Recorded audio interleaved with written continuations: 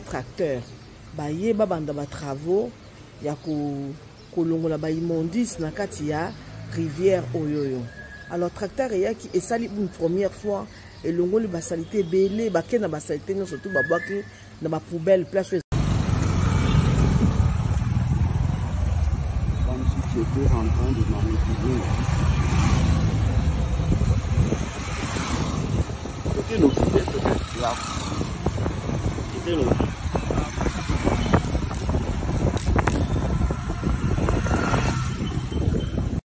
Donc, vous avez exactement place au ministre de l'infrastructure, ayaki il n'y a pas longtemps, a qui vraiment équipe na yaki na tracteur, baye babanda ba travaux, ya kolongola ba immondice na kati ya rivière oyoyo. Alors tracteur yaki esali une première fois et longoli ba salité belé ba ke na ba salité no surtout ba bwaki na ba poubelle place les réservé na boire ba salité. Après tracteur est vendu à 5 à 6 jours et ça l'a sous-souté. Donc ba immondice bozomo na ba plastique ozomo na awa et outi kuna na première rue et bandeli côté kuna et outi ba commune belé normalement awa eza passage ya mai donc mai bozomo na yango wana kuna obomoni kuna voilà mai yango wana ozomo na zo couler ba immondice o normalement ezali prévu ba longoli yango ba esiko ba curer bien assez à pont ba matisi pont donc musa les gens il faut kaka ba matisa pont wana mais nani akosala bandeko nani imaginez-vous ce que vous laissez bandi so bomoni bien au monde que non le sol est humide hein le sol est humide mbou les bandits alors place solo nani akosala koya kobuka pont pour ko batisa pont peut permettre ba mayo ezoute na ba commune nyon surtout et les cas partir awa. Donc le grand travail c'est au niveau du pont. Tracteur wana eya e vanda awa 4 jours ezo salate. Garçon wana zaina kata tracteur azola la ba pongi o toyokanité. Voilà message azola accepte toyokanité.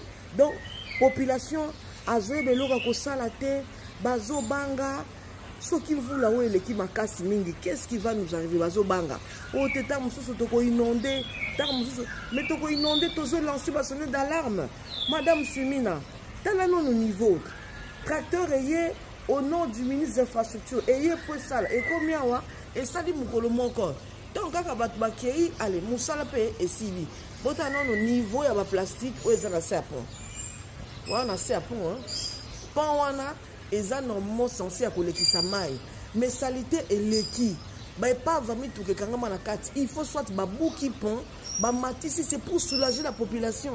Est-ce que vraiment moi musala ya bonde ko lembana pe na République démocratique du Congo oyo ko lembana bourgmestre na ebité soka zalaka mais bourgmestre c'est limité yende na ebité soka zalaka to alongwa wana de na ebité mais voilà ce qui nous arrive c'est ça.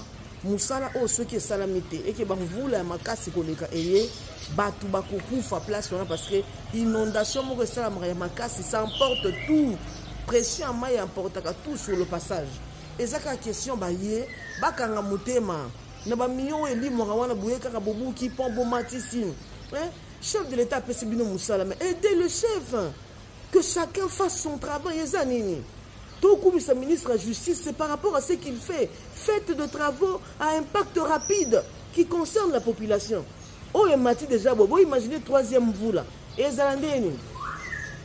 Maye kangami na ngokuna. Maye kangami na ngokuna. Moutako sali sa peuple nani. Hein? Ba député bazala koleka avant bazala élu awa bazala koleka ba candidat. Nous allons porter ça à l'Assemblée nationale. Il y a une commission là-bas. Nous viendrons. Mais depuis que les gens sont élus, tout le monde est dans son confort. Nanakoya. Chef d'État, aidez-le, faites le travail. Où ils ont intéressé le peuple. Kamunga ngambule betite, mais ma etondi. Ah, Dubaï n'a pas Dubaï forcé. Tentez-moi comme Dubaï forcé. Forcé. Hey! Mais ma etondi. Vous les bétité, mais ma etondi. Tentez-moi vous voyez comme à Dubaï forcé. Dans la réponse pas chose que tout nous qui a le bar au village de Dubaï forcé, c'est les Kamunga. Tentez-moi maudit. Congo mboko atosali nyonso bandimaka bato te oza mulayi bakobengwa deba oza mukuse bakobengwa emoro oza munene bakolobomela chafwe oza muke bakolobobelaka sida oloba français bakoloboza orgueille oloba lingala bakolobotanga te ozala pembe bakolobochaka choko ozala mwinu bakolobobetela kake ojita tosala nini